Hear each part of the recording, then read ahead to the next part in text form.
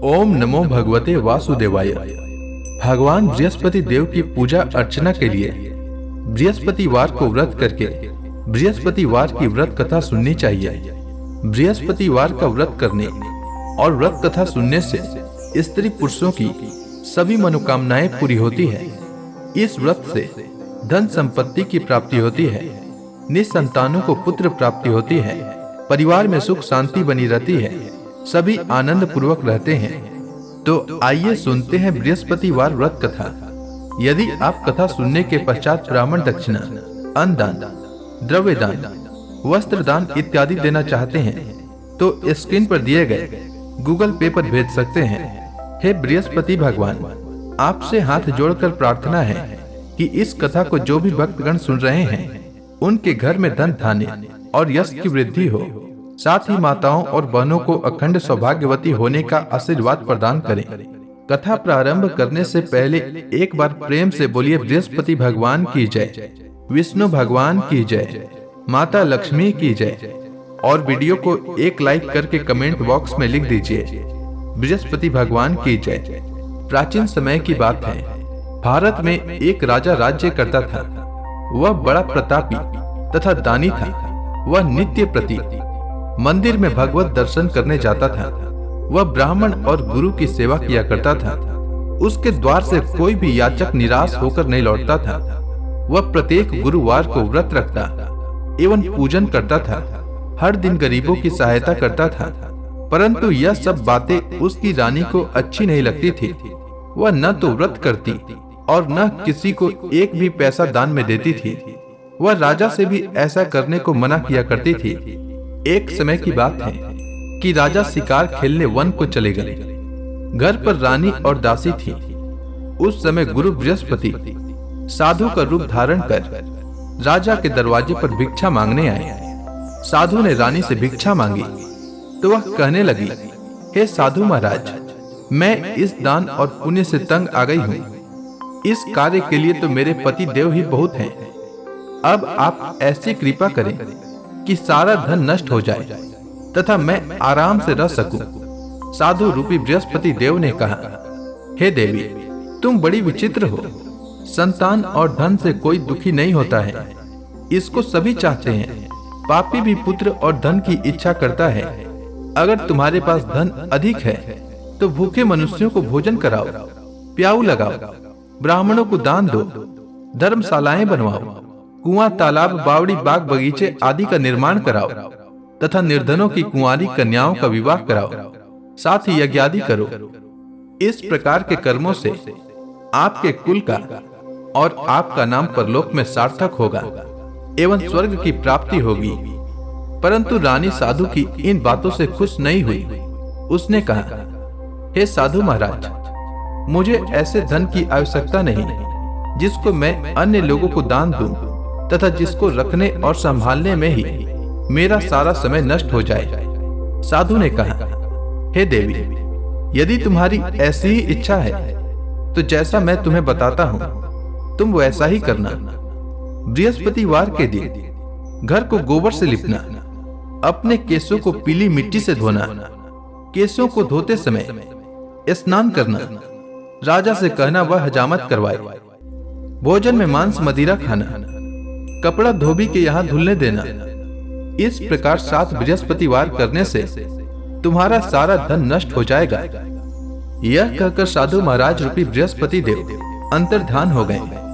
रानी ने साधु के कहने के अनुसार 7 बृहस्पतिवार तक वैसा ही करने का विचार किया। साधु के बताए अनुसार कार्य करते हुए केवल 3 बृहस्पतिवार ही बीते थे कि उसकी समस्त धन संपत्ति नष्ट हो गई। भोजन के लिए दोनों समय परिवार तरसने लगा तथा सांसारिक भोगों से दुखी रहने लगा। तब वह राजा रानी से कहने लगा कि हे रानी, तुम यहाँ पर रहो, मैं दूसरे देश को जाता हूँ, क्योंकि यहाँ पर मुझे सभी मनुष्य जानते हैं, इसलिए मैं यहाँ कोई छोटा कार्य नहीं कर सकता। मैं अब प्रदेश जा रहा हूँ, वहाँ कोई काम धंधा करूंगा, शायद हमारे भाग्य बदल जाए। ऐसा कहकर राजा प्रदेश चला गया। वह वहाँ जंगल से लकड़ी काट कर लाता और शहर में बेचता। इस तरह जीवन व्यतीत करने लगा। इधर राजा के बिना रानी और दासियां दुखी रहने लगी। किसी दिन भोजन मिलता और किसी दिन जल पीकर ही रह जाती। एक समय रानी और दासियों को 7 दिन बिना भोजन के व्यतीत करना पड़ा। तो रानी ने अपनी दासी से कहा, हे दासी, यहाँ पास के नगर में मेरी बहन रहती है, वह बड़ी धनवान है। तू उसके पास जा और वहां से 5 सेर बेचर मांग कर ले आ, जिससे कुछ समय के लिए गुजर हो जाएगा। दासी रानी की बहन के पास गई। रानी की बहन उस समय पूजा कर रही थी। बृहस्पतिवार का दिन था। दासी ने रानी की बहन से कहा, हे रानी, मुझे आपकी बहन ने भेजा है, मुझे 5 सेर बेचर दे दो। दासी ने यह बात अनेक बार कही, परंतु रानी की बहन ने कोई उत्तर नहीं दिया, क्योंकि वह उस समय बृहस्पतिवार की कथा सुन रही थी। जब दासी को रानी की बहन से कोई उत्तर नहीं मिला तो वह बहुत दुखी हुई। उसे क्रोध भी आया। वह लौटकर रानी से बोली, हे रानी, आपकी बहन बहुत ही धनी स्त्री है, वह छोटे लोगों से बात भी नहीं करती। मैंने उससे कहा तो उसने कोई उत्तर नहीं दिया। मैं वापस चली आई। रानी बोली, हे दासी, इसमें उसका कोई दोष नहीं है। जब बुरे दिन आते हैं तब कोई सहारा नहीं देता। अच्छे बुरे का पता विपत्ति में ही लगता है। जो ईश्वर की इच्छा होगी वही होगा। यह सब हमारे भाग्य का दोष है। उधर रानी की बहन ने सोचा कि मेरी बहन की दासी आई थी, परंतु मैं उससे कुछ नहीं बोली, इससे वह बहुत दुखी हुई होगी। अतः कथा सुन और विष्णु भगवान का पूजन समाप्त कर वह अपनी बहन के घर आई और कहने लगी, हे बहन, मैं बृहस्पतिवार का व्रत कर रही थी। तुम्हारी दासी हमारे घर गई थी, परंतु जब तक कथा होती है तब तक हम लोग न तो उठते हैं और न बोलते हैं, इसलिए मैं नहीं बोली। कहो दासी क्यों गई थी? रानी बोली, बहन, हमारे घर अनाज नहीं था। वैसे तुमसे कोई बात छिपी नहीं है, इस कारण मैंने दासी को तुम्हारे पास 5 सेर बेचर लेने के लिए भेजा था। रानी की बहन बोली, बहन, देखो, बृहस्पति भगवान सबकी मनोकामना पूर्ण करते हैं। देखो, शायद तुम्हारे घर में अनाज रखा हो। यह सुनकर दासी घर के अंदर गई तो वहां उसे एक घड़ा बेजर का भरा मिल गया। उसे बड़ी आश्चर्य हुई, क्योंकि उसने एक एक बर्तन देख लिया था। उसने बाहर आकर रानी को बताया। दासी अपनी रानी से कहने लगी, हे रानी, देखो, वैसे हमको जब अन्न नहीं मिलता तो हम रोज ही व्रत करते हैं। अगर इनसे व्रत की विधि और कथा पूछ ली जाए तो उसे हम भी किया करेंगे। दासी के कहने पर रानी ने अपनी बहन से बृहस्पतिवार व्रत के बारे में पूछा। उसकी बहन ने बताया, हे रानी बहन, बृहस्पतिवार को सूर्योदय से पूर्व उठकर स्नान करके बृहस्पतिवार का व्रत करना चाहिए, लेकिन उस दिन सिर नहीं धोना चाहिए। बृहस्पतिवार के व्रत में चने की दाल और मुनक्का से विष्णु भगवान का केले के वृक्ष की जड़ में पूजन करें तथा दीपक जलावें। उस दिन एक ही समय भोजन करें। भोजन पीले खाद्य पदार्थ का करें तथा कथा सुने। इस प्रकार करने से गुरु भगवान प्रसन्न होते हैं, अन्न पुत्र धन देते हैं, मनोकामना पूर्ण करते हैं। व्रत और पूजन की विधि बताकर रानी की बहन अपने घर लौट गई। रानी और दासी दोनों ने निश्चय किया कि बृहस्पति देव भगवान का पूजन अवश्य करेंगे। 7 दिन बाद जब बृहस्पतिवार आया तो उन्होंने व्रत रखा।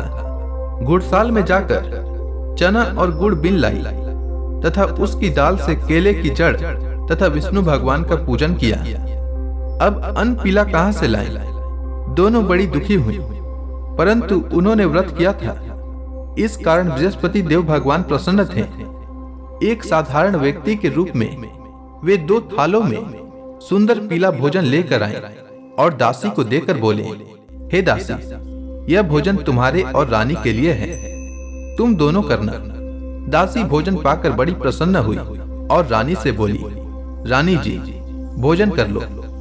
रानी को भोजन आने के बारे में कुछ पता नहीं था, इसलिए वह दासी से बोली, जा तू ही भोजन कर, क्योंकि तू हमारी व्यर्थ में हंसी उड़ाती है। दासी बोली, एक व्यक्ति भोजन दे गया है, रानी कहने लगी, वह भोजन तेरे लिए दे गया है, तू ही भोजन कर। दासी ने कहा, वह व्यक्ति हम दोनों के लिए 2 थालों में भोजन दे गया है, इसलिए मैं और आप दोनों ही साथ साथ भोजन करेंगे। दोनों ने गुरु भगवान को नमस्कार कर भोजन प्रारंभ किया। उसके बाद से वे प्रत्येक बृहस्पतिवार को गुरु भगवान का व्रत और पूजन करने लगी। बृहस्पति भगवान की कृपा से उनके पास धन हो गया, परंतु रानी फिर से पहले की तरह आलस्य करने लगी। तब दासी ने कहा, देखो रानी, तुम पहले भी इस प्रकार आलस्य करती थी। तुम्हें धन के रखने में कष्ट होता था, इस कारण सभी धन नष्ट हो गया था। अब गुरु भगवान की कृपा से धन मिला है, तो फिर तुम्हें आलस्य होता है। बड़ी मुसीबतों से हमने यह धन पाया है, इसलिए हमें दान पुण्य करना चाहिए। तुम भूखे मनुष्यों को भोजन कराओ, प्याऊ लगवाओ और ब्राह्मणों को दान दो। कुआं, तालाब, बावड़ी आदि का निर्माण करवाओ। मंदिर, पाठशाला बनवाकर दान दो। कुंवारी कन्याओं का विवाह करवाओ। धन को शुभ कार्यों में खर्च करो, जिससे तुम्हारे कुल का यश बढ़े तथा स्वर्ग प्राप्त हो और पितृ प्रसन्न हो। दासी की बात मानकर रानी ने इसी प्रकार के कर्म करने प्रारंभ किए, जिससे उसका काफी यश फैलने लगा। एक दिन रानी और दासी आपस में विचार करने लगी कि न जाने राजा किस दशा में होंगे। उनकी कोई खोज खबर नहीं है। गुरु भगवान से उन्होंने प्रार्थना की और भगवान ने रात्रि में राजा को स्वप्न में कहा, हे राजा, उठ, तेरी रानी तुझको याद करती है, अब अपने देश को लौट जा। राजा प्रातः काल उठकर जंगल से लकड़ियां काट कर लाने के लिए जंगल की ओर चल पड़ा। जंगल से गुजरते समय वह सोचने लगा, रानी की गलती से उसे कितने दुख भोगने पड़े। राजपाट छोड़कर उसे जंगल में आकर रहना पड़ा। जंगल से लकड़ियां काटकर उन्हें बेचकर गुजारा करना पड़ा। उसी समय उस जंगल में बृहस्पति देव एक साधु का रूप धारण करके आए और राजा के पास आकर बोले, हे लकड़हारे, तुम इस सुनसान जंगल में किस चिंता में बैठे हो, मुझे बतलाओ। यह सुनकर राजा के नेत्रों में जल भर आया और साधु की वंदना कर बोला, हे प्रभु, आप सब कुछ जानने वाले हैं। इतना कहकर राजा ने साधु को अपनी संपूर्ण कहानी सुना दी। महात्मा दयालु होते हैं। वे राजा से बोले, हे राजा, तुम्हारी पत्नी ने बृहस्पति देव के प्रति अपराध किया था, जिसके कारण तुम्हारी यह दशा हुई है। अब तुम किसी प्रकार की चिंता मत करो, भगवान तुम्हें पहले से अधिक धन देंगे। देखो, तुम्हारी पत्नी ने बृहस्पतिवार का व्रत करना प्रारंभ कर दिया है। अब तुम भी बृहस्पतिवार का व्रत करके चने की दाल व गुड़ जल के लोटे में डालकर केले का पूजन करो। फिर कथा कहो या सुनो, भगवान तुम्हारी सब मनोकामनाओं को पूर्ण करेंगे। साधु को प्रसन्न देखकर राजा बोला, हे प्रभु, मुझे लकड़ी बेचकर इतना पैसा भी नहीं बचता जिससे भोजन करने के उपरांत कुछ बचा सकूं। मैंने रात्रि में अपनी रानी को व्याकुल देखा है। मेरे पास कोई साधन नहीं जिससे समाचार जान सकूं। फिर मैं बृहस्पति देव की क्या कहानी कहूं? साधु ने कहा, हे राजा, तुम किसी बात की चिंता मत करो। बृहस्पतिवार के दिन तुम रोजाना की तरह लकड़ियां लेकर शहर में जाओ। तुम्हें रोज से 2 गुना धन प्राप्त होगा, जिससे तुम भली भांति भोजन कर लोगे तथा बृहस्पति देव की पूजा का सामान भी आ जाएगा। बृहस्पति देव की कथा इस प्रकार है, तुम ध्यान पूर्वक सुनो। प्राचीन काल में एक बहुत ही निर्धन ब्राह्मण था। उसकी कोई संतान नहीं थी। वह नित्य पूजा पाठ करता, परंतु उसकी स्त्री बहुत मलिनता के साथ रहती थी। वह न स्नान करती और न किसी देवता का पूजन करती। प्रातः काल उठते ही सर्वप्रथम भोजन करती, बाद में कोई अन्य कार्य करती। ब्राह्मण देवता बहुत दुखी रहते थे।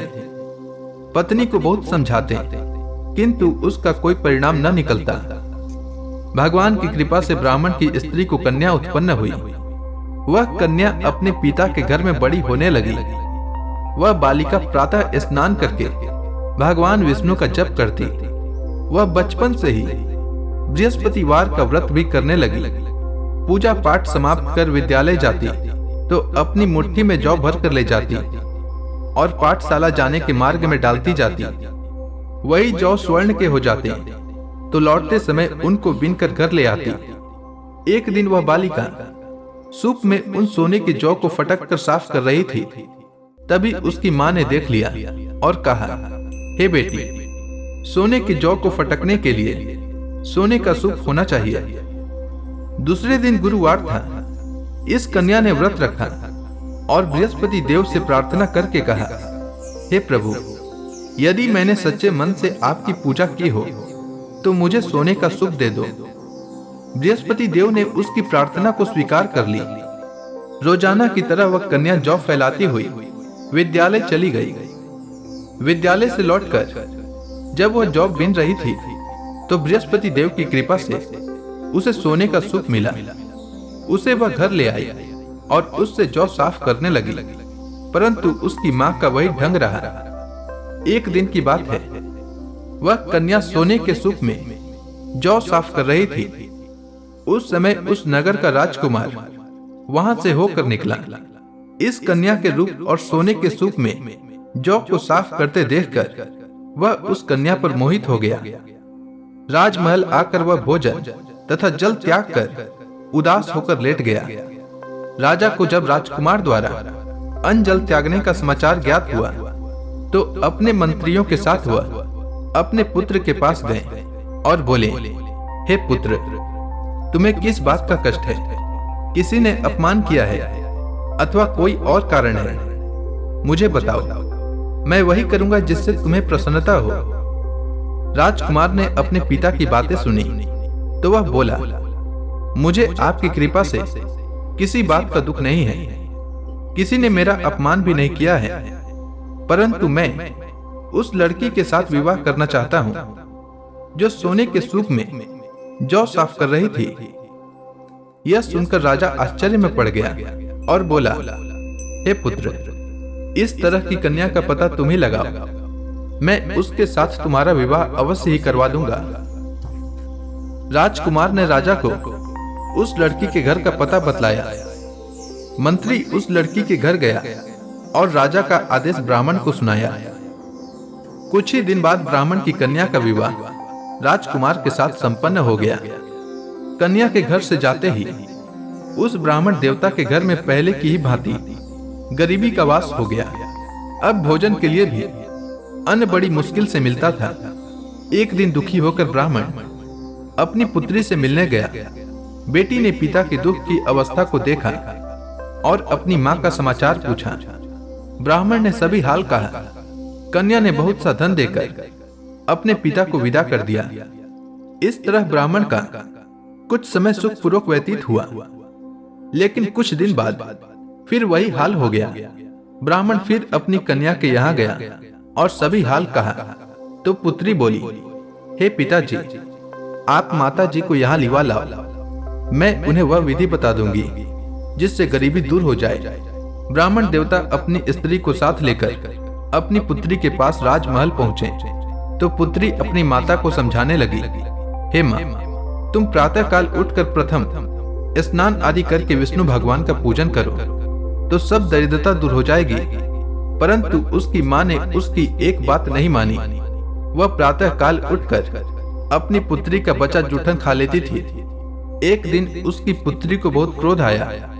उसने एक रात एक कोठरी से सारा सामान निकाल दिया और अपनी माँ को उसमें बंद कर दिया।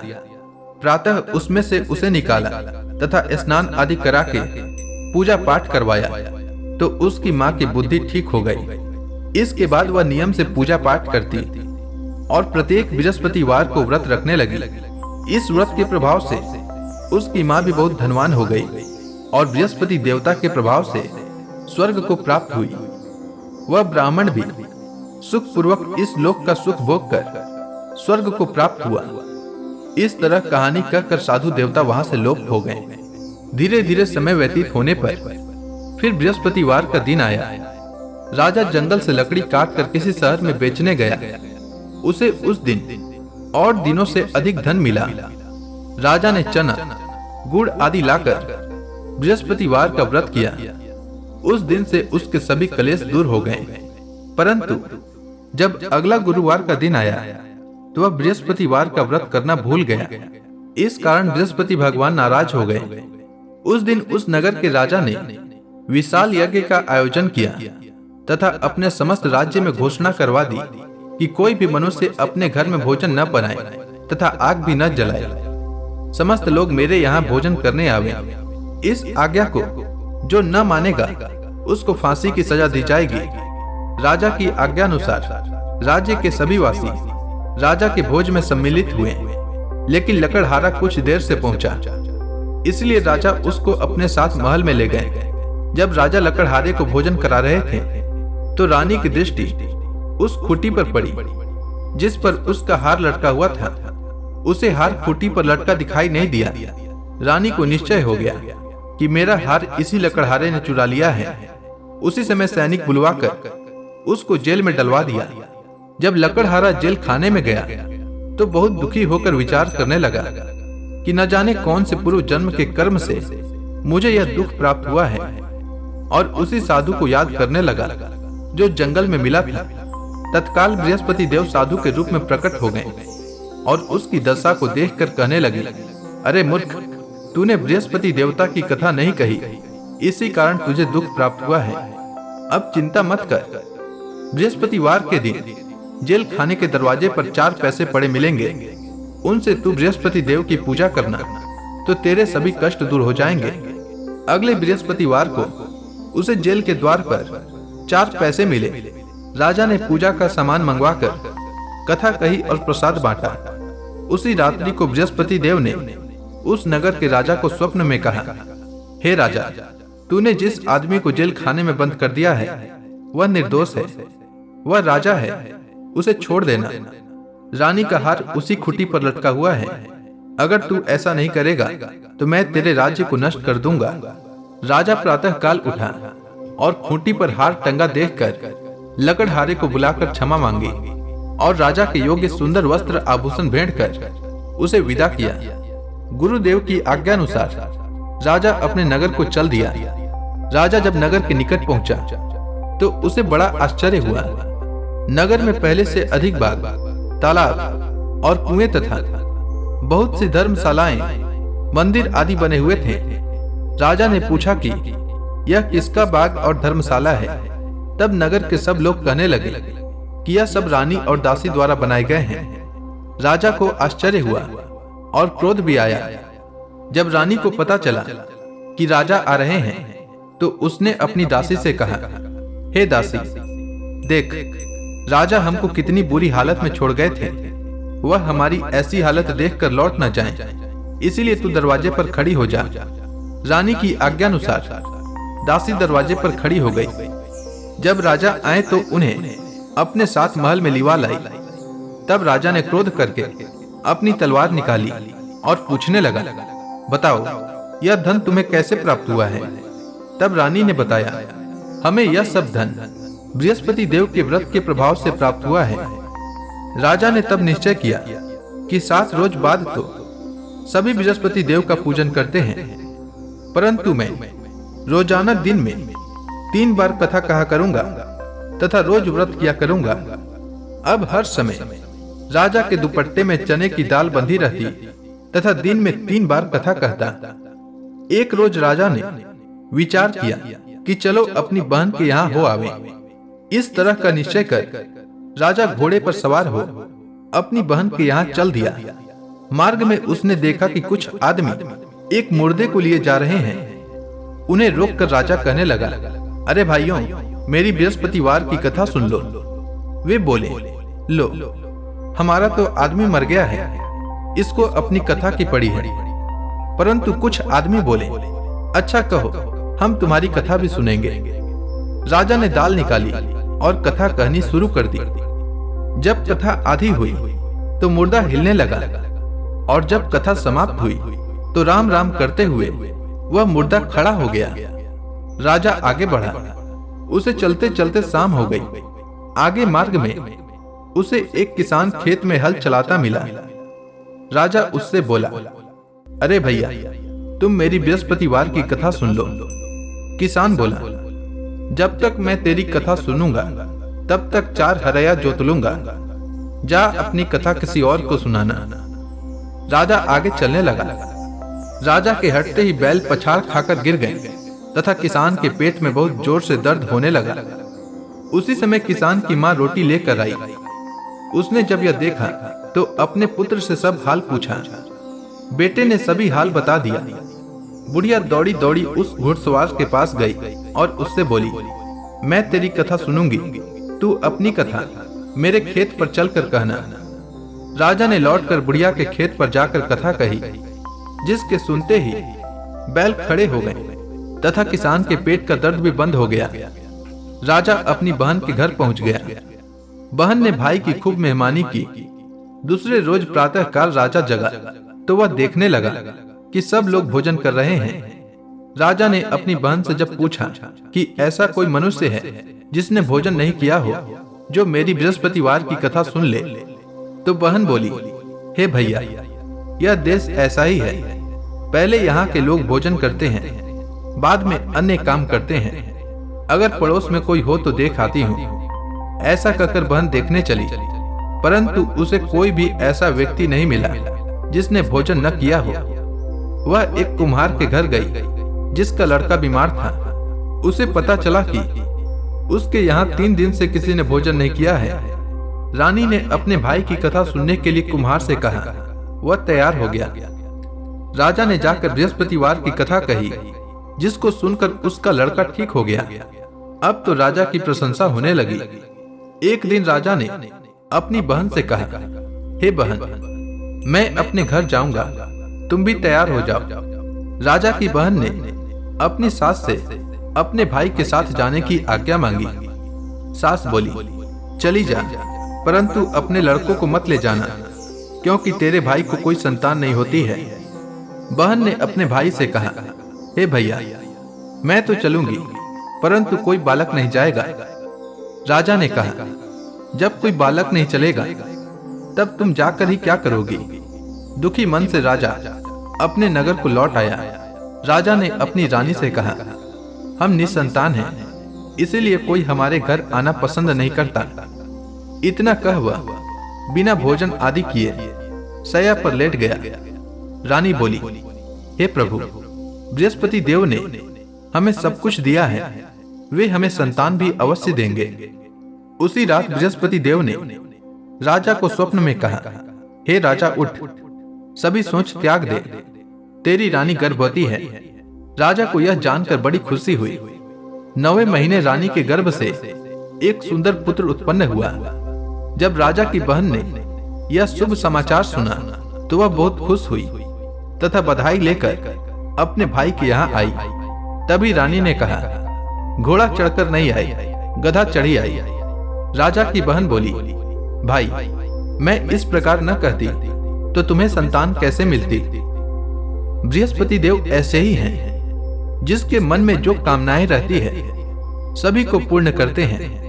जो सद्भावना पूर्वक बृहस्पतिवार का व्रत कथा करता है एवं पढ़ता है अथवा सुनता है और दूसरों को सुनाता है, बृहस्पति देव उसकी सभी मनोकामना पूर्ण करते हैं।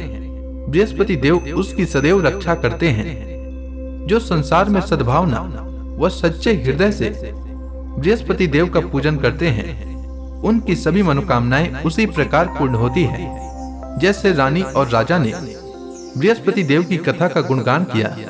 उनकी सभी इच्छाएं बृहस्पति देव ने पूर्ण की। मनुष्य को हृदय से उनका मनन करते हुए जयकारा करना चाहिए। तो प्रेम से बोलिए, बृहस्पति भगवान की जय, विष्णु भगवान की जय, माता लक्ष्मी की जय। अब आप सभी भक्तगण हाथ जोड़कर भगवान विष्णु का ध्यान करें। आरती होने वाली है। ओम जय जगदीश हरे, स्वामी जय जगदीश हरे। भक्त जनों के संकट, भक्त जनों के संकट क्षण में दूर करे। ओम जय जगदीश हरे। जो ध्यावे फल पावे, दुख बिन से मन का सुख संपत्ति आवे, कष्ट मिटे तन का। ओम जय जगदीश हरे। मात पिता तुम मेरे, शरण गहूँ मैं किसकी। प्रभु शरण गहूँ मैं किसकी। तुम बिन और न दूजा, तुम बिन और न दूजा, आस करूँ मैं किसकी। ओम जय जगदीश हरे। तुम पूरन परमात्मा, तुम अंतर्यामी। प्रभु तुम अंतर्यामी। पार ब्रह्म परमेश्वर, तुम सबके स्वामी। ओम जय जगदीश हरे। तुम करुणा के सागर, तुम पालन करता। प्रभु तुम पालन करता। मैं मूरख खल कामी, मैं मूरख खल कामी, कृपा करो भरता। ओम जय जगदीश हरे। तुम हो एक अगोचर, सबके प्राणपति। प्रभु सबके प्राणपति। किस विधि मिलूं दया मैं, किस विधि मिलूं दया मैं, तुमको मैं कुमति। ओम जय जगदीश हरे। दीन बंधु दुख हरता, तुम रक्षक मेरे। प्रभु तुम रक्षक मेरे। अपने हाथ उठाओ, अपने हाथ उठाओ, द्वार पड़ा तेरे। ओम जय जगदीश हरे। विषय विकार मिटाओ, पाप हरो देवा। प्रभु पाप हरो देवा। श्रद्धा भक्ति बढ़ाओ, सनातन की सेवा। ओम जय जगदीश हरे। तन मन धन सब तेरा, स्वामी सब कुछ है तेरा। स्वामी सब कुछ है तेरा। तेरा तुझको अर्पण, तेरा तुझको अर्पण, क्या लागे मेरा। ओम जय जगदीश हरे। प्रेम से बोलिए विष्णु भगवान की जय।